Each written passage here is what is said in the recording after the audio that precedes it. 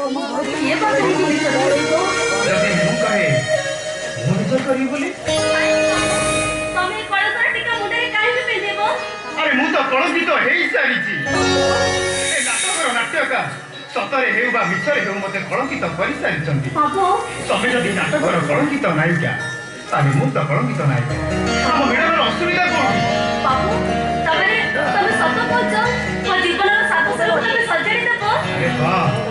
से सातसुर मु पुणी करे सजाडी आ से सातसुर रे पुणी से मना करे अरे मना करी से सातसुर को उपभोग करिबा